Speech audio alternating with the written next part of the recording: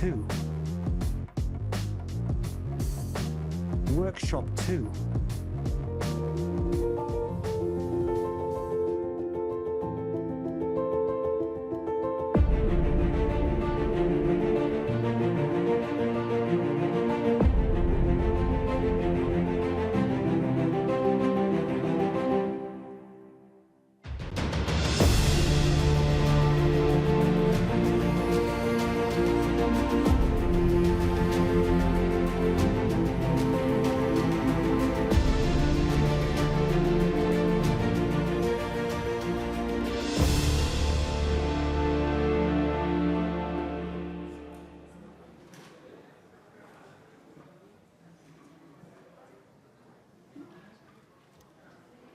Good afternoon, everyone, and thank you for joining us after the tea break. We are very excited today about this particular panel because it brings the data conversations that we've been having, I think, across the last few days into focus. And today we're speaking about data for impact and its correlation with digital public infrastructure, and how we can evolve and shift our approaches to data governance to bring more equitable and inclusive approaches to data governance. This correlates, I think, with IGF sub-theme 2, which is around building sustainable and responsible innovation.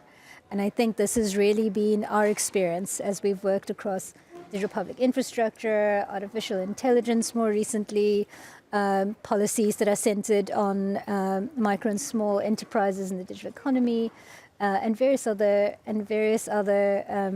subjects interrelated with this subject, that data governance is really being looked to as a model to bring more equity and inclusion in what technology and innovation promises in this age. So a quick introduction of myself, the moderator for the session. My name is Priya Chetty. I come from Research ICT Africa. We are a digital policy think tank based in Cape Town, but working across Africa on a range of programmatic areas around digital equality and data justice. Your online moderator today is Nikita Jain. You'll see her. Hello to all the online participants. You'll see Nikita with you. She is an economist with the International Council for Research on International Economic Relations, ICREA. So welcome online participants, and thank you, Nikita, for the online moderation. So just a few thoughts to set the scene for today. We've had a number of conversations around digital public infrastructure, and really this opportunity that is presented by DPI as a foundational layer technology option for digital transformation across society. And so we've had a number of discussions in the lead up to this on DPI.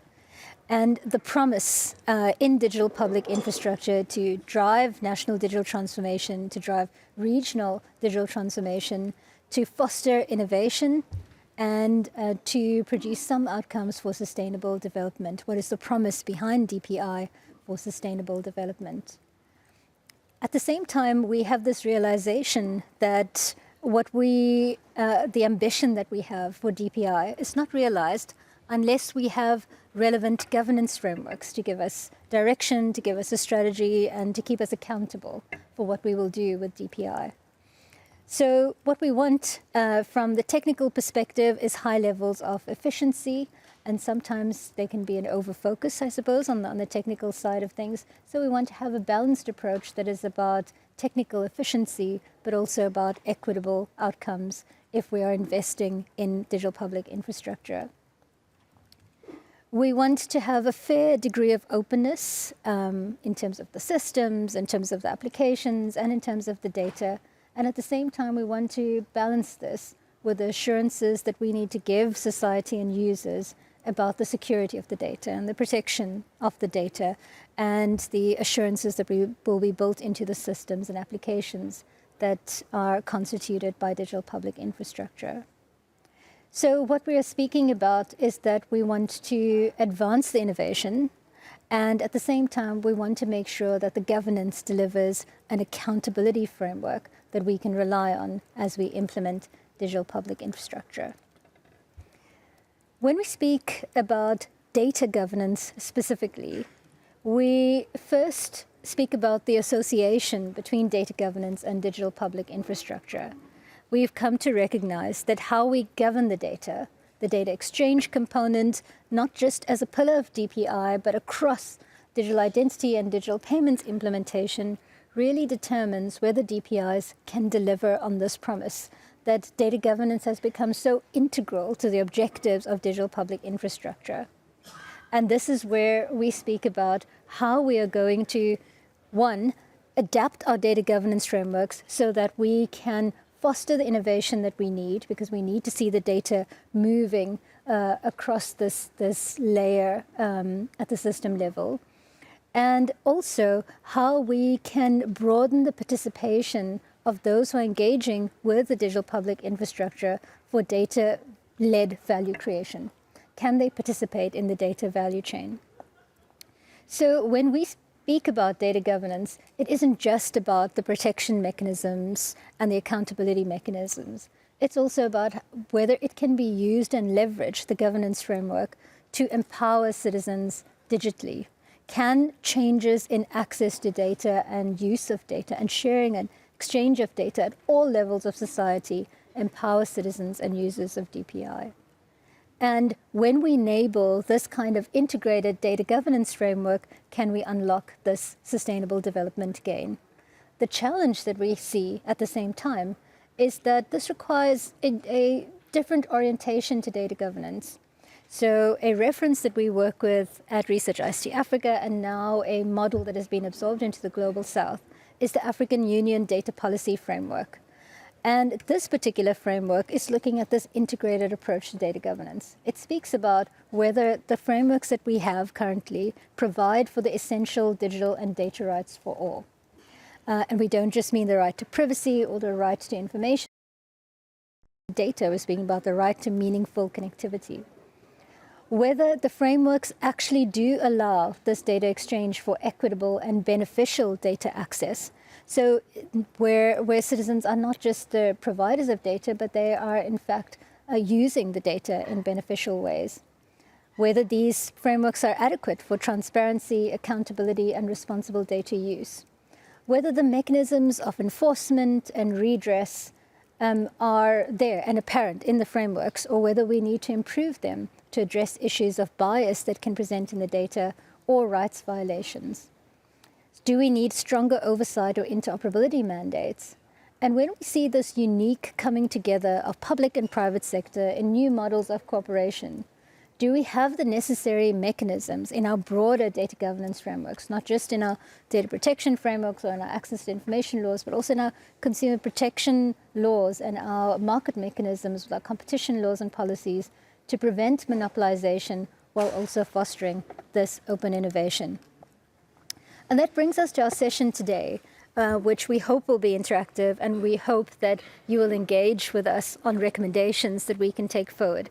There's been a lot of conversations on what we need, but how exactly are we going to do it? So we're going to hear from our fantastic panelists today, who are each going to bring unique perspectives from their work and their on-the-ground work in this space. And then we're going to have some audience engagement, where I hope you will not just raise questions with the panelists, but also share your recommendations and your experience working in this space. I think what's wonderful about the IGF is that we're in a room of experts where everyone is equally vested in this topic, but also actively engaged in this topic. So with that, I want to bring our panelists into the conversation. We are delighted to have with us today Sohila Amasu, who joins us from the African Union Commission, where she's a senior ICT policy officer and has been engaged in over 2 decades in various iterations of ICT frameworks, policy frameworks, digital policy frameworks, now data policy frameworks, including in the regional harmonization efforts and technical support to member states in Africa. We have Andrew Fennecotter from Amazon Web Services. He's a senior manager there, To date, the only person that I know who's worked at NASA, but he has. He is an expert in cybersecurity and assurance work in the trust area, and worked for many years in the public sector, and now leading public-private efforts at AWS. We have Payal Malik, who's the Senior Advisor to the International Council for Research on International Economic Relations, ICREA. And Payal, for many years, has been based at the Competition Commission, where she advised and informed policy shifts. So her work is at the intersection of economics, competition, and policy. We have Thomas Linder with us from the Open North. He's a senior coordinator on various initiatives related to data governance, to citizen engagement, and to data justice. And we have Mariana Riali, who's the co-executive director of Data Privacy Brazil, and brings a fascinating perspective where Brazil is really encountering these issues on the ground already. And so really looking forward to Mariana's perspectives from the ground in Brazil with her data governance work. So over to our panelists. Sahila, if I can come to you first. For your continental and public sector perspective, can you paint the picture for us? What are the relevant continental policy frameworks that guide data governance for DPI, especially when we speak about equitable and inclusive outcomes for society from DPI? And what is your experience with those frameworks? What can you share and from your experience of engaging with those frameworks and lessons here for the IGF community? Good afternoon. Do you hear me?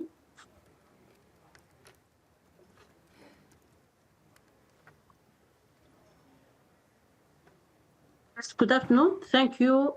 First of all, I would like to thank Research ICT Africa for extending the invitation to the African Union Commission to be part of this important conversation on how to develop or to advance effective and well-functioning data governance frameworks and mechanisms to support the deployment of digital public infrastructure, knowing that data is a foundational component of DPI. So to respond to your question, I would say that from our African Union perspective, we see DPI as a game changer. Like for Africa, it will help to support our integration and development agenda. It has the potential to accelerate the attainment of the Agenda 2063 and advance digital transformation, and also address the socio-economic inequalities, knowing that DPI, it is a kind of a concept of integrated systems and interoperability of digital systems that will create a platform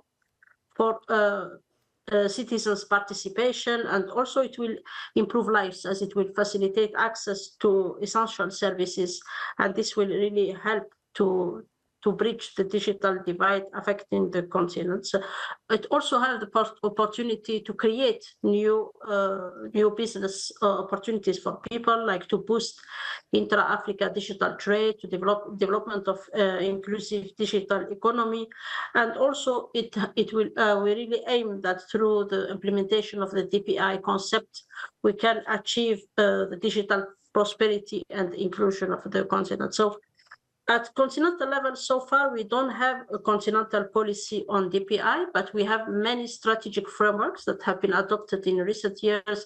They are laying the foundation for the development of DPI across the continent. Maybe, as you mentioned, the main one is the African Union Data Policy Framework that was adopted in 2022, that have for main objective is to see how to harness the potential of data to transform the economies and societies, and also it aims to build the capabilities of African countries when it comes to data, like how to manage data, to have the data storage capacities, and also to create a kind of data exchanges at national level that will help data access and also facilitate data transfer. So the data policy frameworks lay the foundation for the development of integrated data governance approach across the continent, and we are now in the implementation phase as we are implementing the framework through a continental initiative, which is a data governance initiative for Africa, where we support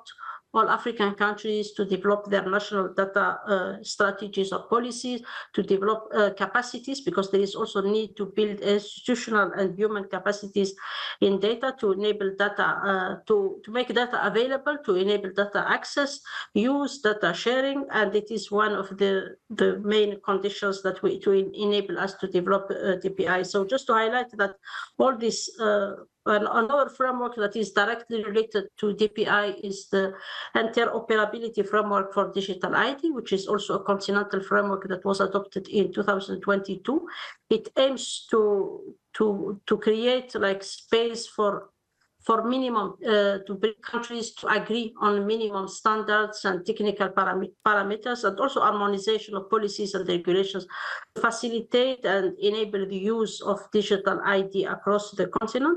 There is also an initiative on digital payment, where we created a Pan-African payment and settlement system in Africa. It is a digital platform that is already operational, that aims to facilitate payment across the continent without relying on foreign policy. So this is the key strategic frameworks that we have in place, but both of them, they are in the implementation phase, and all of them, they are aligned with our main core values, like and principles of equity, integrity, and also we introduced new concept of data justice and also transparency.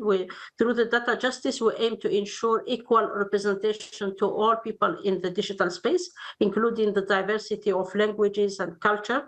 So as I said, we are now working with all countries to develop national capacities, because it is important. At the same time, also, we have many countries that are started implementing DPI at national level. We have countries that advance DPI as a national priority, such as South Africa, that they are also pushing through the G20 also for DPI. And we have other countries, they are really making good progress in advancing DPI as an integrated approach. Like we have already progress when it comes to advancing digital ID systems, and also some experiences on digital on data exchanges. For instance, we have around 60% of African countries, they have already data privacy in place. We have like 60% also they have in place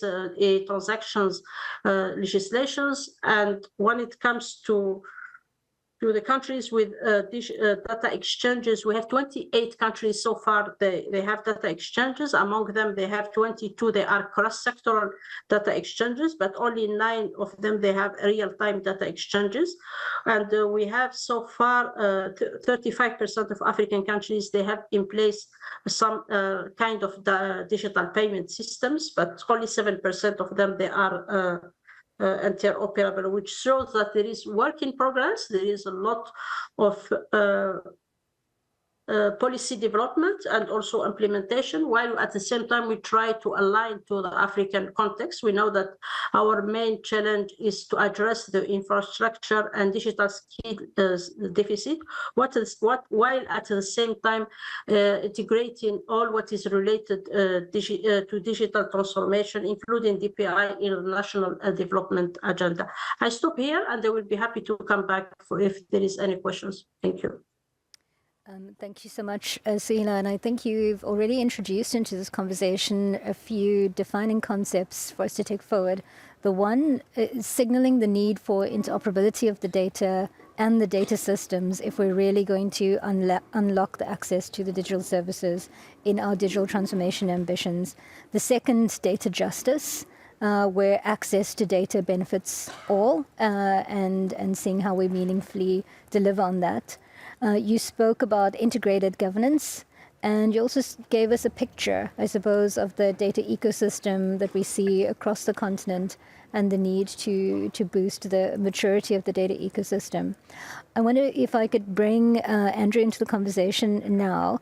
Sehila spoke a little to the ambitions of the continent and what the digital transformation ambitions are that rely heavily on innovation. So I wanted to ask you, what is the reason for us to get the data governance right if we want to enable this kind of DPI innovation? Why is data governance so critical in this space? And I wonder, Andrew, if you can draw on your public sector and your private sector experience. Yeah. Sure. So thanks. And I want to say, first of all, I appreciate the opportunity to speak at this event. One of my last posting for the U.S. government was in Ghana. So I spent a year living in Accra. So to any Ghanaians out there, Akwaba, thank you for welcoming me to this. So let me start with why getting data governance is so critical for enabling innovation. At its core, data governance is about asserting positive control over, especially in the AI world, generative AI outputs. So we have to ensure that they're not just useful, but also safe and beneficial. And so while large language models are becoming increasingly sophisticated generating content, reducing hallucinations, and performing deep research, there's no shortcut for around good data governance. The better we help AI understand our data, the better results we'll achieve. And that goes for private companies and governments and public organizations alike. But then you have to also think about security, which is a critical part of data governance. So security is a fundamental aspect of governance frameworks. It can't be an afterthought or a bolted-on solution. It has to be woven into organizations' cultural fabric and prioritized by leadership, which means carefully selecting providers and partners in the public and private sector who demonstrate a strong security culture. And clear data ownership is also crucial. So we also recommend that organizations work with partners who establish distinct ownership boundaries around data and provide tools for secure data management. So another aspect of data governance that we need to get right is a responsible AI, right? You need to have a concrete plan for managing risks. I recommend starting with established frameworks like NIST's AI risk management framework or international certifications like ISO 42001. Those provide structured approaches to developing AI safely while limiting potential harmful content. And so there's a lot of, that's data governance, right? But why do we need data governance? What is the whole point of gathering data, processing and generating new information? What are we doing this for? And I think a lot of the benefits of Gen AI have not yet been fully realized by a lot of organizations. So there's a lot of buzz around it, but I wanted to share some actual research and exciting findings. There's a Harvard Business School study recently, actually earlier this year, that investigated 776 professionals at Procter & Gamble, and it revealed some pretty remarkable insights. Teams using AI showed significant performance improvements, completing tasks 12.7% faster while producing higher quality work. And what's particularly interesting is that a single AI-enabled individual was able to perform at levels comparable to traditional teams working without AI. And so that study also found that AI helps break down expertise barriers within organizations. It bridges functional silos between different specialists, such as R&D, commercial teams, and enables professionals to produce more balanced solutions regardless of their background. This democratization of expertise is transforming how organizations operate. It's also enabling people who may not be extremely technical or engineers to start thinking about creative solutions to technical problems in new ways, which is, I think, something that we're all interested in. And we're seeing these benefits in some real-world applications. And not speaking for all providers, but for us, we have a customer, YCUp, and they're using AI to revolutionize medical writing, and regulatory medical writing, which is significantly accelerating the delivery of new medicines. And by maintaining a human-in-the-loop approach, they ensure not only regulatory accuracy and compliance, but also save pharmaceutical companies thousands of hours in document preparation time. And so that human-in-the-loop approach is also critical. It goes back to the risk management framework. We have to think about where humans need to be, in fact, involved in the AI data governance. So that's a critical thing that all organizations, public or private, should be thinking about. So, you know, we talked a lot about like governance and regulation. So, when does government regulation of technology make sense? I think where it makes sense is when we focus on risks and principles, right? So we need to develop frameworks based on risks and principles, because the the compliance costs for most government imposed regulations are pretty high. In the EU, they're about 40% of the total product's value, right? So if you think about how to enable innovation, and you're already taxing an organization's resources with 40%, you can think of all the different things that you can do with that with those resources. And so harmonizing standards is also critical, right? So to enable international cooperation and things like data governance, we need to figure out how to make the standards work together with each other, because technology does not have borders anymore, really. And so the more we can enable innovation everywhere in the globe, the more the entire globe benefits from that. And so we also need to think about when not to do that, right? When should we be cautious when mandating new standards? Because I think we've all can think of an example of a standard regulating something when the technology advances much faster than the standard. And so that's not to say that we shouldn't do standards. Obviously we should. We have lots of standards that we comply with in my organization. But it just means that we need to make sure that the technology is in a settled place, in a place that will allow for the use of standards in a smart way that thinks about the risks and principles involved. And so the second thing we need to do is to accelerate private sector digital adoption. And that means streamlining access to private finance for startups and government funding for businesses, a factor that 45% of businesses cite as critical. We also need to think about lifting up all boats by building digital skills. So 84% of businesses see AI skills as crucial, but only 26% feel adequately prepared. And that goes for the entire globe, right? Especially if you think about some of the great innovations going on in Ghana, where I served. I knew a lot of folks who were itching to spread their products to the globe, but they were facing a limitation of digital skills in terms of the labor workforce. So I think that there's a lot of work we can do both in the private sector and the public sector to enable that. And then finally, Andrew, I wonder if we could pause there and Sure. and if we could come back to your recommendations, final recommendations in the closing remarks.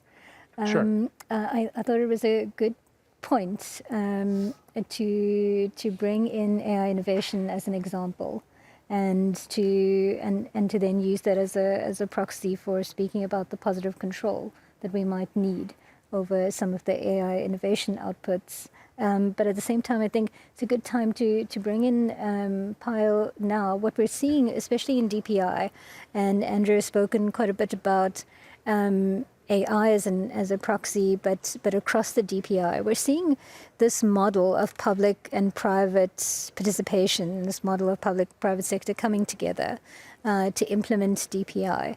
And I wanted to come to you to give us a perspective on how this is influencing markets and what some of the key data governance challenges are that are emerging in that space.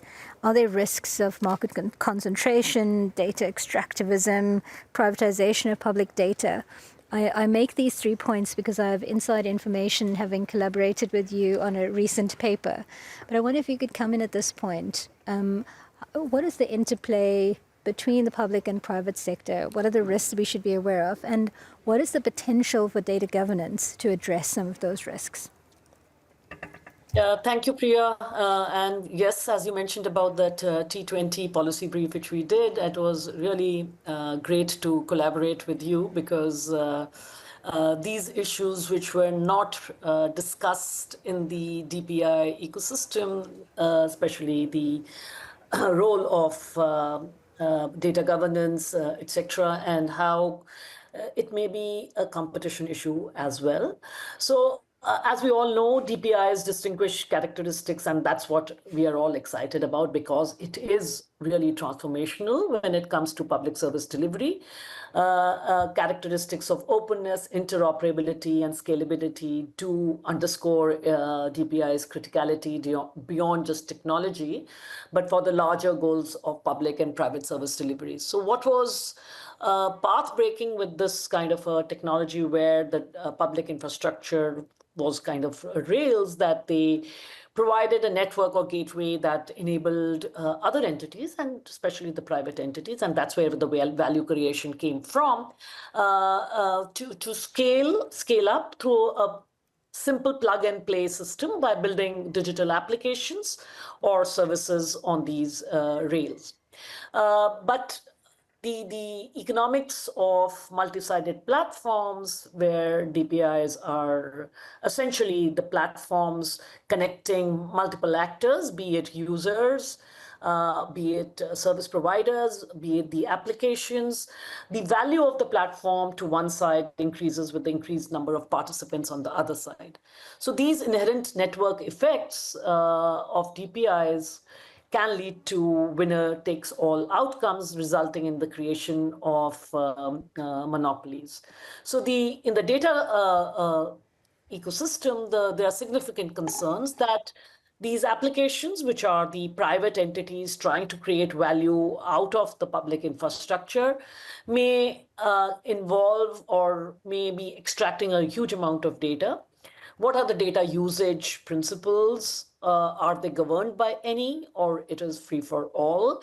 Because these zero-priced products, because these, for instance, in the case of India's UPI, it is a zero-price market for users, but the application providers, that is the TPAPs, that is the third-party application providers, are harvesting vast amounts of user data over time.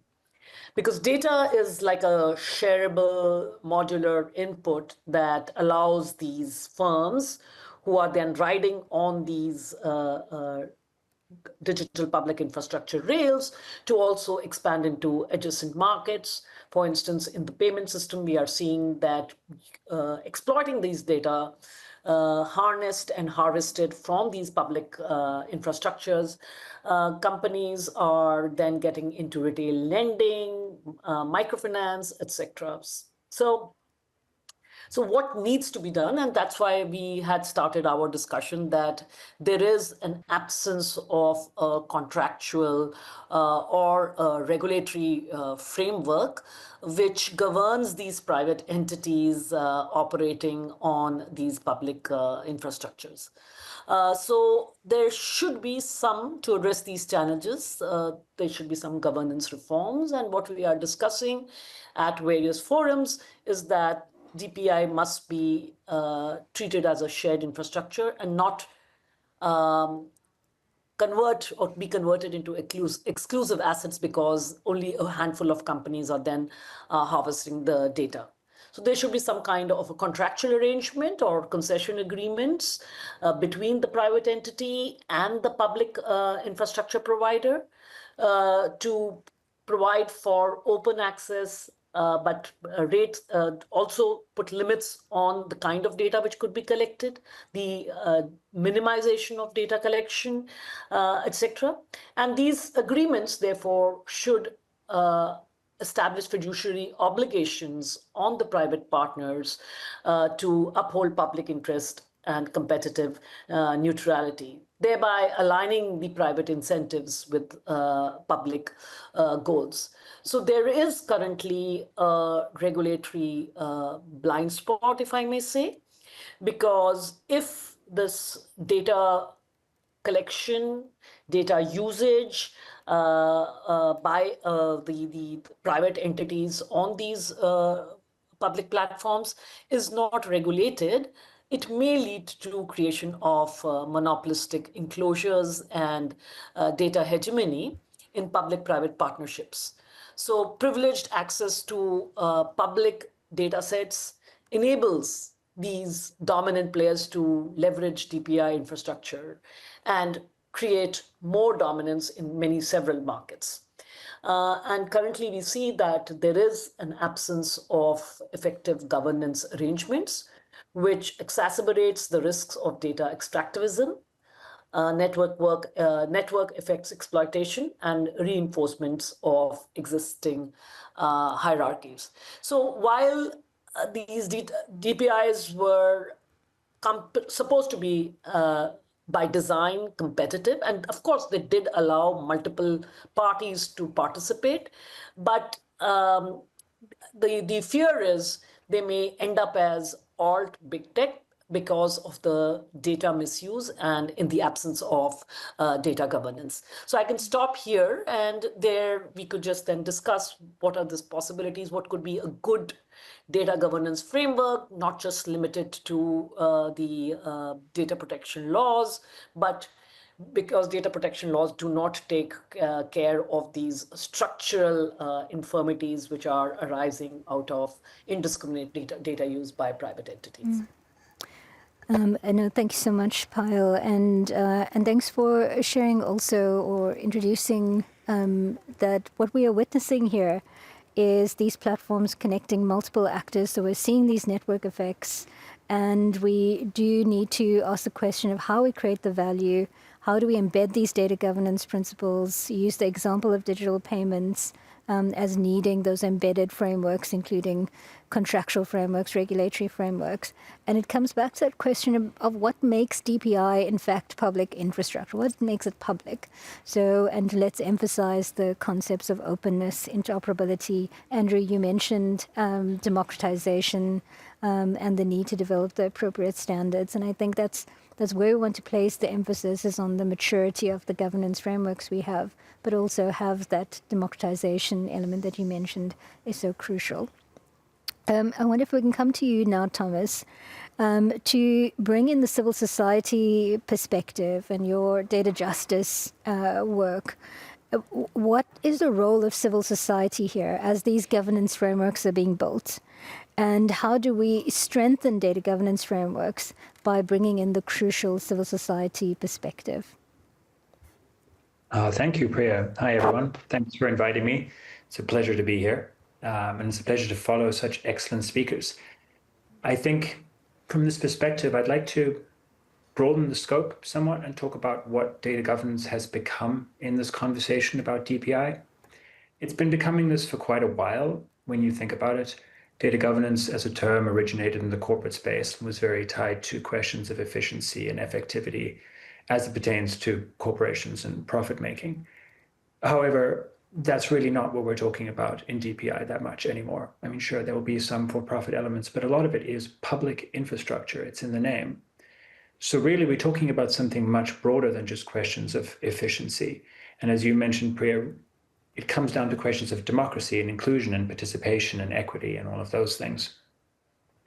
And once we understand data governance from that perspective, it becomes far more a question of using data governance to understand the kind of social contract that we're developing with DPI, right? This isn't just a simple for-profit venture. This is a redesigning of fundamental parts of society. And from that perspective, including civil society is essential, as it has been for a wide range of many other society-changing developments that we've had over the last decades. Civil society's role there has always been as a kind of third sector, right, to balance the interests of the state and to balance the interests of corporate interests. Civil society organizations are in a very unique position in this, from this perspective, to represent different interests of groups and communities that would otherwise have been lost. And this is really essential because they function not just as a different interest, but they also function to represent these interests on different levels. They can be extremely local to transnational. We see all sorts of civil society organizations doing this, whether they're non-profit or charity or NGO or any other guys. So as we're thinking about introducing DPI and thinking about the data governance of it, we really need to ensure that we have this third sector voice that can represent these different organizations, these different communities, these different groups at these different levels. So including them in the conversation, including them in the design and implementation and operationalization of data governance is essential. Otherwise, you're leaving out vast swaths of the people purported to be represented or you served by DPI. So what are the main ways that civil society orgs can participate in this? Because after all, it is largely up to them to take up the baton and do that, as many do. And from my perspective, there are 4, or if you count it differently, 5 different ways for civil society orgs to do this. The classic one is policy and research. Then the more, let's call it the pie in the sky one, is collective ownership over data, and also collective ownership and control over software and hardware. A 4th one would be advocacy, representing groups, pushing voices, and finally capacity building. And I will get into each one of these one at a time. So from the policy and research perspective, civil society organizations, and there are a great number of excellent organizations who do this, have done exceptional work to not just conduct simple policy analysis and provide recommendations, but when we're talking about this kind of wholesale application of high-level data governance principles, ethical frameworks, etc., what's really needed, what we've seen over and over again, is a combination of integration, adaptation, and operationalization to local contexts and conditions. It will never work to simply take one model, one cookie-cutter approach, and replicate it all across the world. Certainly not in a place as diverse as Africa. It just doesn't work that way. You need civil society organizations with a deep, embedded understanding of the local conditions who can help to do this integration, adaptation, and operationalization. Especially for something like DPI, where there are so many pre-existing, what I like to think of as precursor DPI projects, whether they're around digital ID or payments or data exchange, or whatever the next function is that we add to the DPI complex. Many of these things already exist in some form or another quite successfully, and you can't just replace them. They need to be integrated. They need to be adapted. So the top-down ideas of DPI need to be connected to these pre-existing projects on the ground. And the local civil society organizations that know them best are also best suited to help do this kind of work. Then civil society organizations can also help with coordination and translation of this knowledge. I'm thinking here specifically of knowledge gleaned by practitioners on the one hand, so people who've been doing the work to operationalize and implement this tech already, but then also the important academic work that happens. And frequently there's a mismatch between the two. The sides don't talk to each other very well. But civil society organizations can be uniquely situated to help facilitate that connection, to bridge between the two worlds and translate that knowledge that it may most effectively be adopted by both sides. We've seen several organizations in Africa that do this very well. Research ICT Africa is one, Open Cities Lab is another, Policy is one after that. So they already exist, and it's just a question of championing them further. Thomas, I wonder if we could stop there. I think we're waiting to get to Mariana as well, because Mariana, this is a good point to come in, as we've heard the different recommendations from the panelists, and also interesting now to bring you in with also a technical perspective on this topic. So, as you've listened in, I suppose, what are your recommendations for how some of this can be built into the technical side of DPI, these essential elements, the essential attributes of what we're speaking about as the just information architecture, if we want to realize these outcomes from DPI? Thank you. Thank you, Priya. Thank you for the question and also the invitation to be on this panel, and to the panelists before me. So I have this tough challenge of having little time and being the last one to kind of try to bring everything together. But we were thinking, I'm speak from an organization that is based in Brazil and is doing local and global work to promote fundamental rights in the face of datafication processes. And we were acquainted somehow with this idea of DPI as a framing and as a definition, and that it is disputed also around the time of the transition between the G20 in India and the G20 in Brazil, which took place last year. And we were asking ourselves, I think, some of these same questions, like some more conceptual, or what are we talking, and some more normative, what is the public in DPI, what should it be? And I think what I heard a lot about the word integration and integrating frameworks. And we have been attempting, based on the Brazilian context, where we have fundamental rights to data protection and a very lively current landscape of both legal and institutional movements to kind of give life to this right and to this framework, how that can also be integrated to the discussions of DPI, because I think our hypothesis was that this grammar of data protection was not duly integrated to the discussions of data governance when it comes to DPI. So what we had already at that point had some research and policy work on risks of digital identity systems in the Brazilian context. And those were risks arising from data processing specifically, but also broader risks of discrimination, exclusion. I mean, I think we all know what we're talking about here. But basically, I think our concern was to not frame the problem of data-related risks of ID and of digital infrastructure only in terms of privacy, but rather understanding how data protection as a procedural right that has certain mechanisms to be implemented that already involves a whole number of actors that need to be accountable, how that can be better integrated into the discussions of first identity as a backbone of DPI, but also now with the DPI framework. So more recently, we produced this new report that kind of seeks to propose that integration. Of course, it is very it considers the Brazilian legal institutional framework for data protection, but we understand that there is a lot of it that is relevant elsewhere. And I think it goes back to the idea that while privacy is substantive, the idea of data protection really starts from the idea that personal information will circulate and should circulate, and it provides the rules and the constraints to ensure that this information flow is just and protects fundamental rights, including privacy, but also other fundamental rights.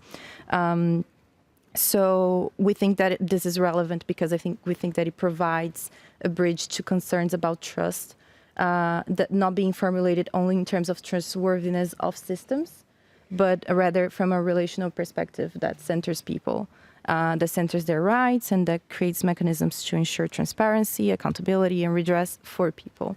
So from this particular context, from this particular read on DPI, the report comes to a few conclusions and attempts to articulate these ideas. I will briefly share them. I know we have very little time, but it starts really addressing the public value in DPI as a condition for it, and that data, economic value being generated by data, regardless of how that is shared, does not per se guarantee the achievement of public value if the rights of people are being neglected. And that informational autonomy and self-determination, at the same time that it ensures that individuals are able to exercise their capacity to develop their personalities, but also to know how their data is being used. It also can generate collective value as it creates more trusting people and also trustworthy databases, and even can act as barriers to fraud and identity theft when you have that kind of relationship being established, and using those concepts from data protection and those ideas of self-determination. We also talk about privacy as contextual integrity. I think this is also important to kind of bring into the discussion. This is very confined usually to data protection scholarly circles, but we think that it makes sense in the context of DPI as well. And the informational separation of powers, the idea that at least on the state side of things, there needs to be also administrative oversight and certain mechanisms to make sure that the sharing of data is also not creating more concentration of power on that side of the equation. And finally, there are also some discussions on accountability mechanisms and the idea that data protection is already containing a preventive and sometimes a precautionary principle, and accountability mechanisms such as assessments and things that could also be looked at in terms of being updated and being adapted to the context of DPI, but that we think really should not be taken for granted. And I think the idea is that sometimes you have this notion that data protection is solely related to privacy, or that it is very individual. But what we try to kind of stress here is whether that framework also can be further assessed in terms of its public value creation. So what we have attempted to do in Brazil recently was that, and I will stop here so that we have some time for questions. Thank you. Thanks so much, Mariana. And I think everyone's wondering when they can get access to that report or read it. And certainly I am very keen to read it. But thanks for that. And what was really interesting was that you were speaking about embedding the rights frameworks, even in the information flows, and speaking about, I suppose, beyond privacy by design, you know, what comes next in terms of these real mechanisms of accountability. And you spoke about autonomy and self-determination, and I think that goes back to what Thomas was describing as the social contract.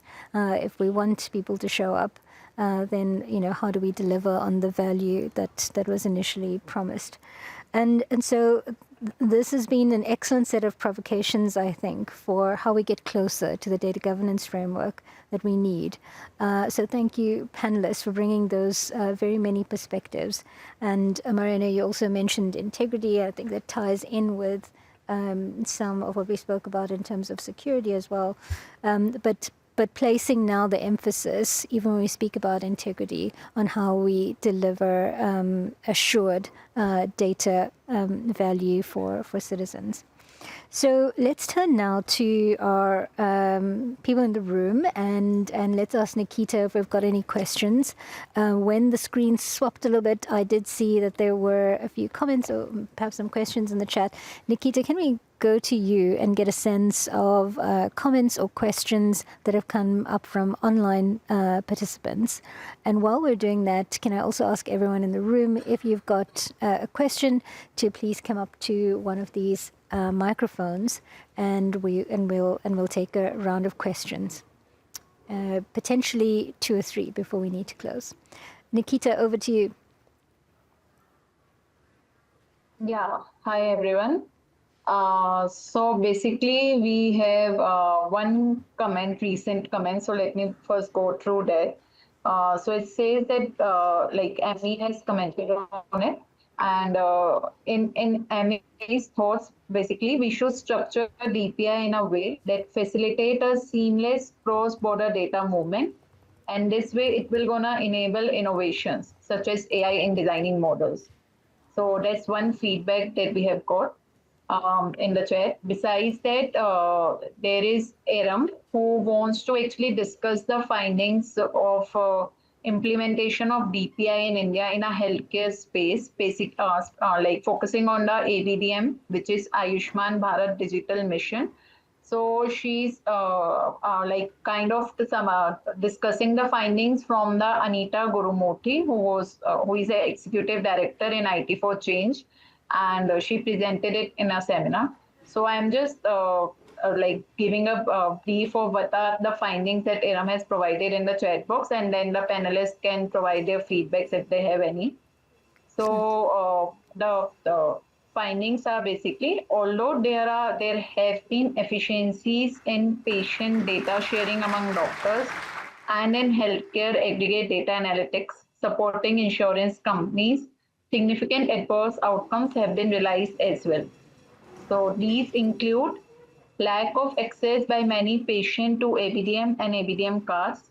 For instance, people with chronic diseases like leprosy or people with disabilities struggle with Aadhaar enrollment or authentication, leading to exclusion of those in need of healthcare services.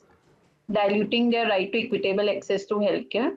The next finding is that the prospect of sharing health data in this manner also deters some from accessing digital healthcare at all. For example, patients of diseases with social stigma such as HIV/AIDS exclude themselves from using ABDM. And lastly, the sharing of medical data violates the privacy by design principle. So these are the findings that have been presented. So if any of the panelists, yeah, over to you, Priya then. Thanks so much, Nikita. And I think that's a great example to use because I think it makes some of what we are speaking about here really come alive. I'm looking around and there aren't any hands raised. So please feel. Andrew's raised his hand. Andrew, can I ask you when you raise your hand as well to also maybe just share a closing thought? Perhaps it's included in what you're going to raise, but to share a closing thought as we turn to each of the panelists for a line, a word, something you're taking out of the session as we close the session. Yeah, no, thanks for the opportunity to talk. I do have to drop in a couple of minutes, so just really quick reaction to that question. There are actually some pretty good approaches right now in terms of technology, such as a data clean room, which is what something that you use basically to analyze data without sharing the raw data among different organizations. And that's a technical privacy preserving technique that can help if you're interested in sharing some of that sensitive medical data across providers. So an approach that's been implemented by many different providers in many different ways, but data clean rooms are at least something to explore when related to that question. Yeah. And I'll keep my remarks at that. Thanks for the opportunity. Remember, risks and principles-based frameworks. Don't lock in technology before the industry has agreed on a standard, and make sure to lift all boats with skills and technology development. Thanks, Andrew. Can I come to you, Suhaila, for closing thoughts? Thank you, Priya.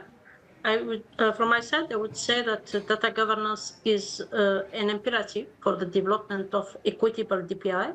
We have seen there is a need to have to ensure that there is multi-stakeholder, multi-sectoral, and secure and safe data sharing systems, like to support the operationalization of DPI. And this can only achieved also with putting in place the necessary safeguards through accountability, transparency, and also measures to mitigate the risks of misuse and also the risk of exclusion in the digital space. As you mentioned, when we started the session, the DPI main objective, if we can say, is really to ensure digital inclusion and also to empower people. Thank you, Priya, for this opportunity to speak. Thank you so much, Suhaila. Payal and then Thomas, if I can come to you for closing thoughts. Yeah, thank you, Priya. So I think there was a very good question from the audience, and that basically is the core of our discussion here, that DPI's governance system, that is, they were supposed to be having embedded privacy by design, competition by design, but those principles are continuously violated and she gave the example of India's Ayushman Bharat Health Digital Mission. So I guess the sooner the DPI community understands, which they do, but the sooner some governance frameworks, integrated governance frameworks are discussed, the better it is, because the very benefit which these DPIs were supposed to bring to on the table would be lost, because we don't want to be in a situation where in the absence of clear governance guardrails, and especially data governance, this data can quietly slip into quasi-private control without transparency, accountability, or equitable return to public. And why we keep on talking about integrated data governance frameworks, because data protection laws generally just focus on individual consent and privacy. These are important, but they are insufficient as they do not address many structural risks. And lastly, the Indian government also, I just pulled out because of the question which has been put up, is quite aware of the data concerns, and which not only are challenges related to cybersecurity, but also protocols regarding robust encryption protocols to safeguard data during transmission and storage. And data storage, and Andrew is here, is also to be looked into carefully. Where is most of the data getting stored? Is there so much of private control on data storage? What is the government's control on this data? What are the cross-border data flow rules in place, etc.? So in short, it's not just about privacy and consent awareness, which do get protected, get covered through data protection laws if they exist. Data governance is far more broad and should not be left to just a single law and or just a data protection law, but should integrate all aspects of the DPI ecosystem, such that even issues such as disproportionate control, data sharing, etc., interoperability and portability are also taken into consideration. Thank you. Thanks so much, Payal. I've been signaled that we've run out of time, and but Thomas, I wanted to say that both to you and Mariana, that I think layering onto what Payal and Andrew have said and what Sahila has said, I think there's also value, one, in bringing these perspectives together, and thank you for sharing those perspectives, but also value in what you described, Thomas, as the precursor projects. There are lessons to be learnt from our digital identity and digital payment ventures that came before. And then Mariana, as we said, so excited to read that report. And thank you also for sharing. I think we've heard from India and we're hearing from Brazil.